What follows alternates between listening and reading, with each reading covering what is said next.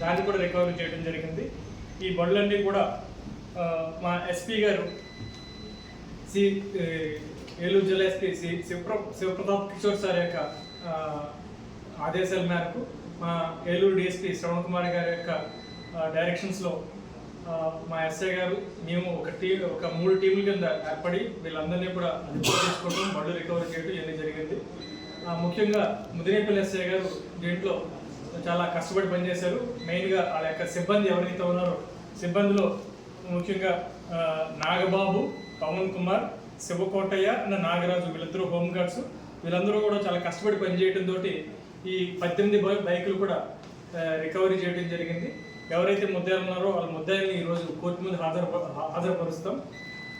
అలాగే ముఖ్యంగా చెప్పేది ఏంటంటే ఈ బళ్ళు తీసుకొచ్చిన బళ్ళు అనేవి కూడా మన ముదినేపల్లి మండలంలో చాలా గ్రామాల్లో రీసేల్కి పట్టుకొస్తున్నారు. ఎక్కడో దొంగతనం చేసినటువంటి బైక్ని, రికార్డు లేని బైకుల్ని 10,000కి 15,000కి అమ్మకానికి ఇక్కడ పట్టుకొచ్చి దొంగతనం చేసి ఇక్కడ అమ్ముకుంటున్నారు అన్నమాట. పట్టుకొచ్చి ఎక్కడి నుంచో విజయవాడ నుంచి వచ్చి మృదువా గ్రామం సంబంధించిన అక్కడ ఉండడంతో ఆ లైసెన్స్తో ఇక్కడ పట్టుకొచ్చి బైకులన్నీ కూడా అమ్ముతున్నారు.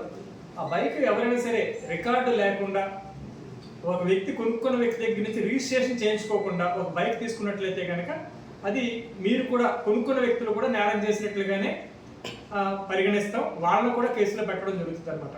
అంచేది ఎవరు కూడా వితౌట్ రిజిస్ట్రేషన్ చౌకగా వస్తుందని చెప్పేసి మొబైల్ ఫోన్లు కానివ్వండి, బైకులు కానివ్వండి ఎవరు కూడా కొనుక్కోవద్దు. అంటే ఒక 70,000 ఖరీదు చేసే స్కూటర్ని 10,000 కొనుక్కోవడం అన్నది అది ఏదో తప్పు చేసిన బైక్ కింద మనం గమనించాలి, తెలుసుకోవాలి కూడా. అలాగే మన బుల్లెట్ బండిని ఒక 25,000కి అమ్ముదామని ప్లాన్ చేస్తున్నారు వాళ్ళు. అంటే ఒక 1,00,000-1,50,000 ఖరీదు చేసే బైక్ని ఒక 25,000-30,000 కొంటున్నారంటే అది దొంగ బండి కింద మనం గమనించుకోవాలి.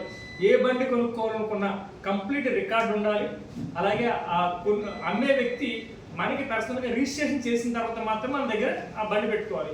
అలా కాకుండా మీ బండి పోయిన వాళ్ళు కూడా అలాగే కంప్లైంట్ ఇచ్చి అక్కడ రిజిస్ట్రేషన్ చేయించుకోవాలి. అలా కాకుండా మీ బండిని ఎవరు దొంగిలించిన వాళ్ళు ఆ బండితోటి ఒక యాక్సిడెంట్ చేసినా, అలాగే ఏదైనా ఒక కిడ్నాప్ కానీ ఏదైనా మర్డర్ కానీ ప్రయత్నించి ఆ వెహికల్ కానీ వాడినట్లయితే కనుక owner of the vehicle responsible అవుతారు, గుర్తుంచుకోండి.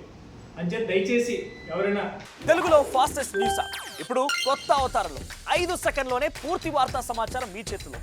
సోషల్ మీడియా ట్రెండ్స్ మీ కళ్ళ ముందుకే live TV and voice search ఆప్షన్స్తో ఇప్పుడే డౌన్లోడ్ చేయండి. యాప్ లింక్ డిస్క్రిప్షన్లో ఉంది.